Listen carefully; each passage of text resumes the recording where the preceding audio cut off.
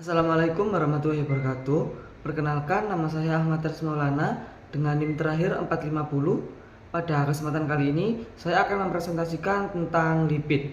Yang pertama yaitu pengertian dari lipida. Lipida atau lemak merupakan senyawa organik yang banyak terdapat dalam sel dan jaringan, serta tidak larut dalam air, tetapi larut dalam pelarut nonpolar seperti ether, kloroform, dan benzena. Lipida bersifat nonpolar dan umumnya tersusun atas trigliserida, yaitu ester gliserol dengan 3 asam lemak yang dapat bervariasi jenisnya. Lipida juga dapat didefinisikan sebagai komponen yang larut dalam pelarut organik nonpolar, meskipun sebagian kecil juga dapat larut dalam pelarut polar tertentu. Lemak atau lipid merupakan sumber energi utama dalam metabolisme tubuh serta dapat disimpan sebagai cadangan energi dalam jaringan adiposa. Fungsi dari lipid yang pertama yaitu pelindung tubuh. Lipid berfungsi melindungi tubuh dari infeksi serta menjaga keseimbangan cairan dengan mencegah kehilangan atau penambahan air berlebihan. Yang kedua, cadangan energi. Trigliserida yang tersimpan di jaringan adiposa menjadi bentuk utama penyimpanan energi cadangan tubuh. Yang ketiga, yaitu pelarut vitamin dan pelindung organ.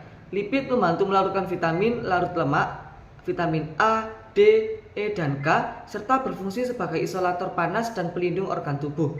Yang keempat, sebagai penyusun membran sel. Lipid merupakan komponen utama membran sel dan selubung myelin yang berperan dalam mengatur keluar masuknya zat secara selektif. Selanjutnya adalah jenis-jenis lipid. Yang pertama ada lipid sederhana, contohnya ada lemak dan wax. Yang kedua ada lipid majemuk, ada fosfolipid dan glikolipid. Dan yang ketiga ada lipid turunan, yaitu steroid dan terpen. Lipid sederhana mengandung gugus-gugus alkohol dan asam lemak. Contohnya, lemak merupakan ester asam lemak dengan gliserol.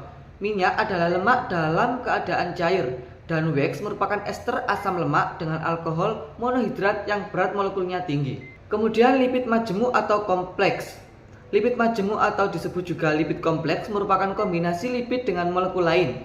Contohnya ada fosfolipid, asam lemak ditambah alkohol, ditambah residu asam fosfor, dan glikolipid, asam lemak ditambah alkohol, ditambah karbohidrat.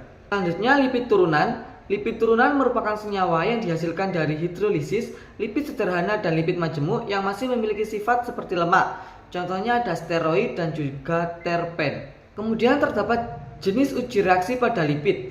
Yang pertama reaksi hidrolis lemak, reaksi esterifikasi, dan reaksi penyabunan. Uji hidrolisis lemak. Reaksi hidrolisis lemak adalah proses pemecahan lemak oleh air menjadi asam lemak bebas dan gliserol. Proses ini terjadi karena adanya kandungan air dalam minyak dan lemak yang dapat menyebabkan ketengian hidrolisis dengan ciri bau dan rasa yang tengik. Reaksi ini dapat dipercepat oleh aktivitas enzim lipase atau pemanasan yang menyebabkan pemutusan ikatan ester dalam struktur lemak.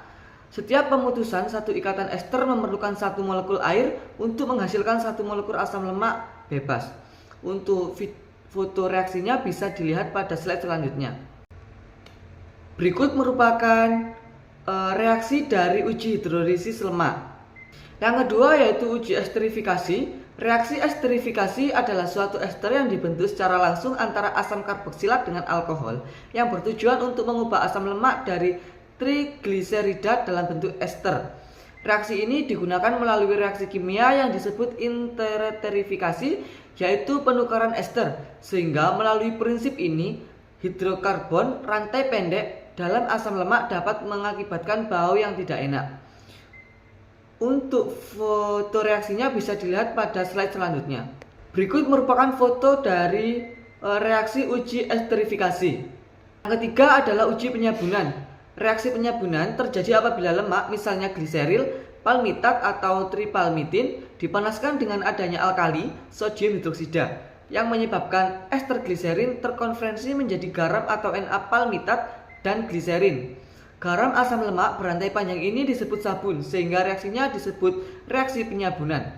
Untuk gambar reaksinya bisa dilihat pada slide selanjutnya. Berikut merupakan foto dari reaksi uji penyabunan, dan ini merupakan jurnal-jurnal yang saya gunakan untuk mengerjakan PPT terkait materi lipid. Mungkin cukup sekian presentasi dari saya, kurang lebihnya saya mohon maaf apabila ada salah kata. Saya akhiri, wassalamualaikum warahmatullahi wabarakatuh.